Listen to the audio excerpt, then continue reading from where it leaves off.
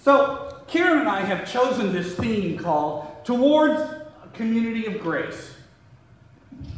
We've gotten some comments about that towards part. The thing is that every church is a community of grace to one extent or the other. You know, in every congregation, there are people who aren't welcome.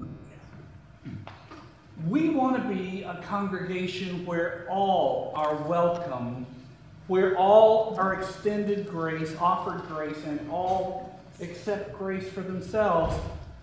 John Wesley used the term Christian perfection. What he encouraged all the Methodists to do was to try and live as Christ lived. And he knew that none of them were going to make it. None of them were going to achieve that. But it was in the trying that people were transformed. In that towards part. The word perfect, translated in the Bible, doesn't really mean sinless. It means whole or complete. It means that our hearts and our minds are unified in commitment and service to God, others, and self. It means that we accept ourselves for who we are and extend grace to others. That's wholeness. And you know, that is tough. Tough for the mentally ill. Let me tell you a secret. There are, within this congregation, people like me who suffer from chronic depression. We also have people who've been hospitalized with depression, who struggle against situational depression. Some of us suffer from anxiety disorders. Some of us struggle with post-traumatic stress syndrome. We have people who suffer from bipolar disorder, or maybe just mania. And we have within this congregation people who struggle with schizophrenia. Wow. Wow. And certainly we will meet people outside of this congregation who suffer from mental illness also. It should not surprise us that the most dangerous thing police officers do is confront the mentally ill. It shouldn't surprise us that psychotropic medications are the biggest moneymakers for pharmaceutical companies. It should not surprise us that 70% of all clergy suffer from depression. It should not surprise us that in assisted living facilities, anywhere between 35 and 55% are struggling with depression or some other kind of mental illness. Wow.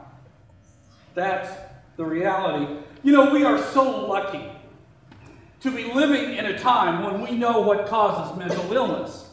Sometimes it's genetics. Sometimes it's life experience.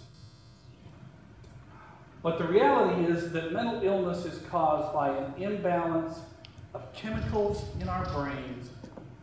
Sometimes they just get out of whack, and so do we. And we know how best to treat mental illness with a combination of talk therapy and medication.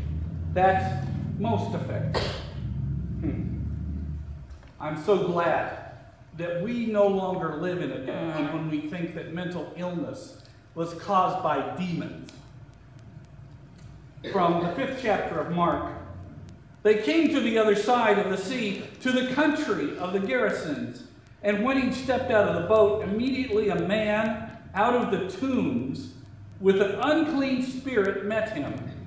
He lived among the tombs, and no one could restrain him anymore, even with a chain. For he'd often been restrained with shackles and chains, but the chains he wrenched apart, and the shackles he broke in pieces, and no one had the strength to subdue him. Night and day among the tombs and on the mountains, he was always howling and bruising himself with stones. When he saw Jesus from a distance, he ran and bowed down before him, and he shouted at the top of his voice, "What have you to do with me, Jesus, Son of the Most High God? I adjure you by God, don't torment me." For he said to him, "Come out of the man, you unclean spirit." Then Jesus asked him, "What is your name?" And he replied, "My name is Legion, for we are many." You know, if you believe that mental illness is caused by demons, it then makes sense to hold exorcisms where demons are driven out. And it makes sense to drill holes in people's skulls to let the demons out.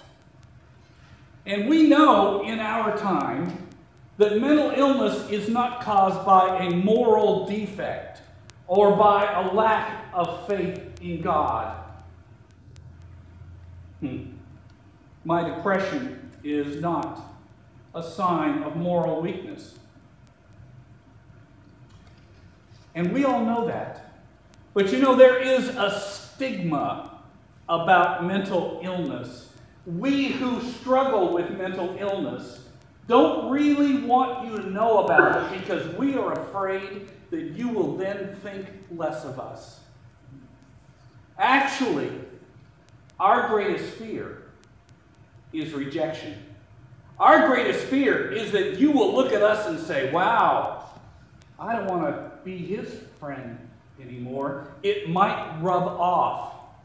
If I get too close to him, I might get what he's got." You know the reality.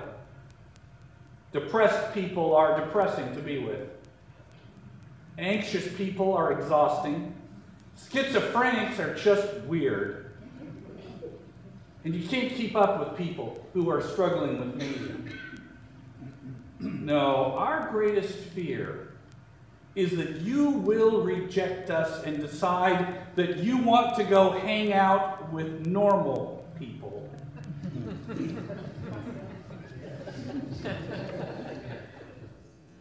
As a congregation struggling towards being a community of grace, would you please welcome us? Don't turn us away. Don't think less of us. Accept us and love us. And would you be a place where we can talk about our struggle? Boy, we keep it to ourselves. We keep it quiet. It would be so helpful to have a place where we could be truthful about the struggles that we have going on in our lives. Would you be that safe place?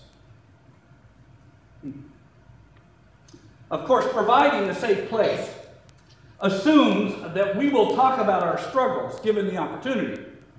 The truth is that we would rather be horsewhipped than admit to the struggles going on in our lives. We don't want to be truthful, and we don't want to ask for help. That would be a sign of weakness. Help us to be willing to talk about what's going on within. The second thing that we mentally ill would share with you is that the drugs, that our illness and the drugs we take can make God seem very far away. You know, it's interesting to go through the Bible and find the places where now we would identify mental illness. Listen to Psalm 22 through the lens of depression. "Oh my God, why have you forsaken me? Why are you so far from helping me? From the words of my groaning, oh God, I cry by day, but you don't answer, and by night, but find no rest.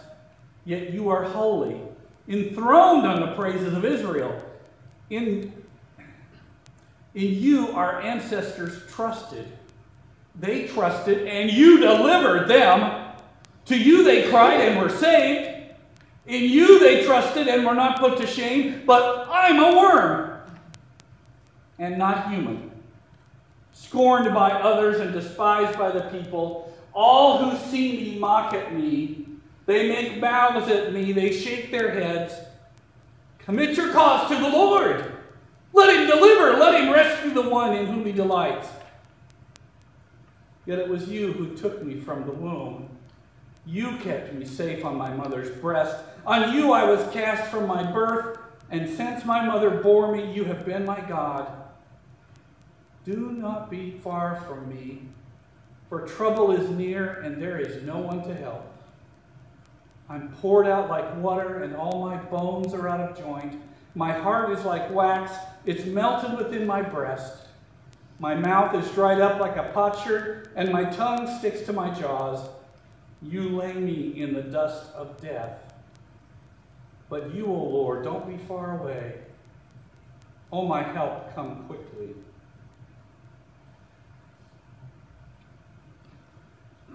We who struggle with mental illness often feel that God is distant or that we have been abandoned by God. That's what it feels like.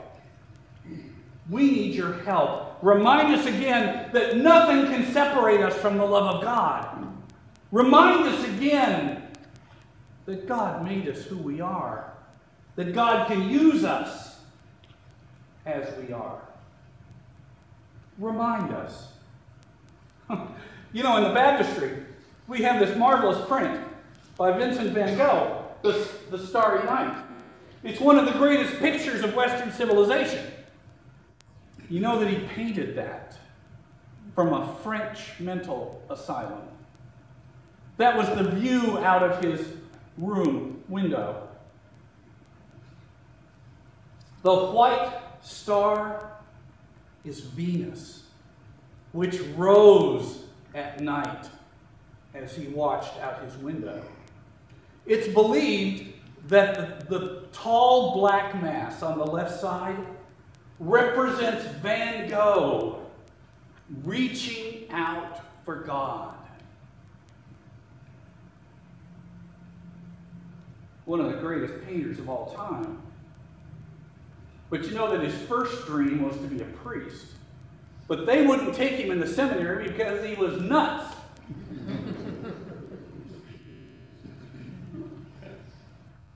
He probably had bipolar disorder. It was during one of those manic periods that he famously cut off his ear. You have to wonder, if Van Gogh hadn't suffered from mental illness, would we know who he was today? For some reason, mental illness and incredible creativity are often found together. I don't know why, but there is unbelievably an upside to mental illness. Now, I'm not going to tell you that I have become, because of my mental illness, a theological Van Gogh. Yeah, I still have a while. But you know, there is an upside. To begin with, when people talk about their mental illness, their depression, I know exactly what they're talking about. I know exactly how that feels. I understand that depression hurts, that your body aches. And I have a whole file folder full of resources for people that are looking for help. But more than that, depression has caused me to consider a new form of spirituality. You see, God seems far away. I don't feel the presence of God like I used to. Now, I have to remember that God loves me. Now I have to go on intellect and instinct, the feelings The feelings just aren't there like they used to be. I've had to learn a whole new way of being Christian. And that's made my faith stronger. I've had to work through it all. I think there might be an upside to mental illness.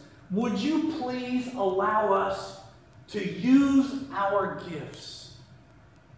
Would you allow us to grow towards a community of grace? Man, that's a tall order. We who struggle with mental illness will give you a real run for your money. But can you accept us? Can you welcome us? Can you remind us that nothing can separate us from the love of God?